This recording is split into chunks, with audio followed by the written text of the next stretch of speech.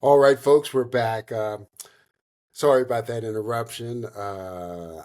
My son brought down the suitcases for our trek to Kyoto, which we're also going to be going to as well in a couple days. So um, I'm just going to pick up where I left off here. This will be part two of this episode. Now, I think I was saying that one of the things that was interesting to me is that you'll see Japanese people who are up in the morning for work.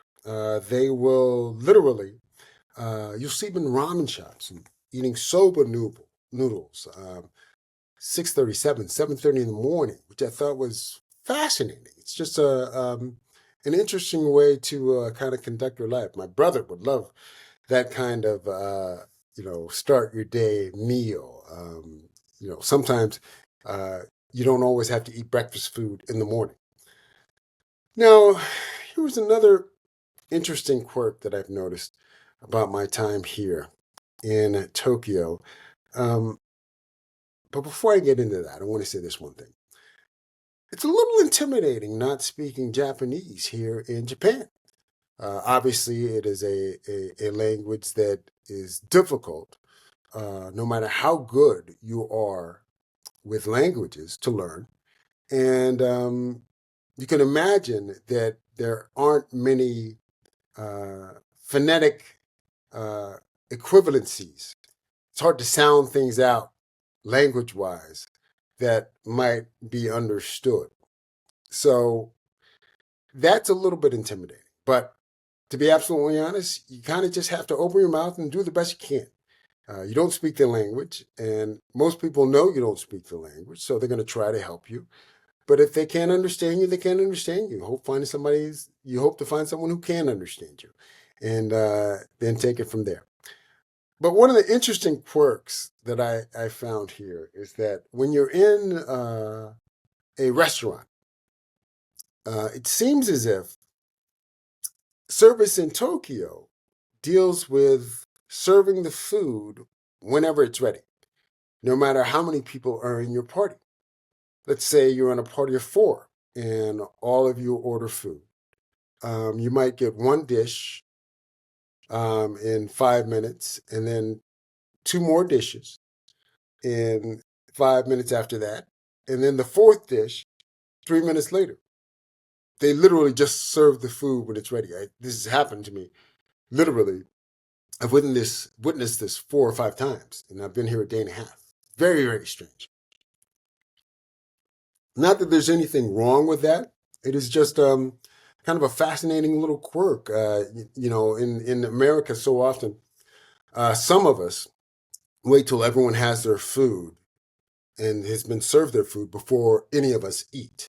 That's kind of the polite way to do it. But here in Japan, or at least in Tokyo, you kind of just eat when they bring your food because they're not going to bring it all at the same time. Fascinating. Now, the subway is very clean. Uh, there's probably no shock there. And you don't see, obviously, many panhandlers there or people walking around asking for money. I haven't seen any, to be honest. And I've taken the subway quite a bit. So it makes using public transportation uh, enormously convenient.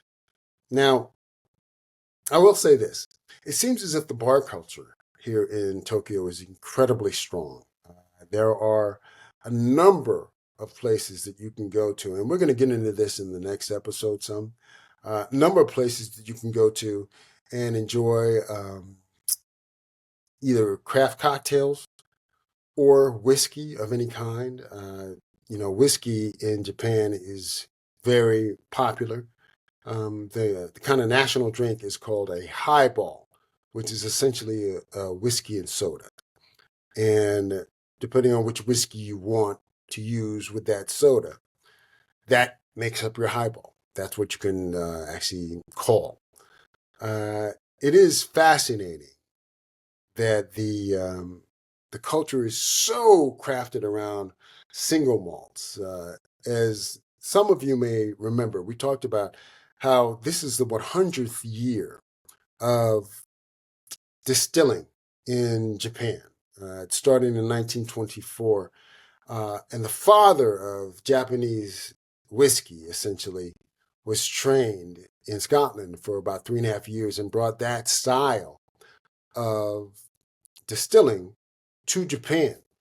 And which is why the Japanese people are so in love with single malt and a Scottish style of whiskey. So you'll see that all the time. Now, there are a number of neighborhoods that we've been to. We've been to Ginza, we're staying in Shindome, and we've been to Shibuya as well as Minato City and Harajuku. There are a number of things, and we're going to talk about all of those things in the next episode. But I will tell you this. The next episode, we are going to be talking with Ian Chang. I think I mentioned Ian a couple episodes ago. We met at Whiskey Fest, and Ian is the co-founder of the Komoro Distillery.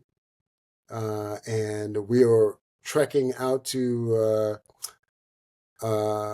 Karuizawa tomorrow to meet with Ian. He's going to take us through his distillery and talk to us about, he's the master blender there as well. He's going to talk about his approach to distilling, his thoughts on whiskey in general. And we're also going to be going to the Aloha Whiskey Bar, which I think you guys are going to get a big kick out of this place. David is from Hawaii and immigrated here to Tokyo a few years ago and has a very popular bar here in Tokyo. And we'll be talking about all of that next episode. But for now, that is tonight's episode, this week's episode. As always, don't forget to like, subscribe, tell your friends, tell your enemies. We will be giving you an episode next week also, which should be next Thursday or Friday. Obviously, either Boxing Day or the day after.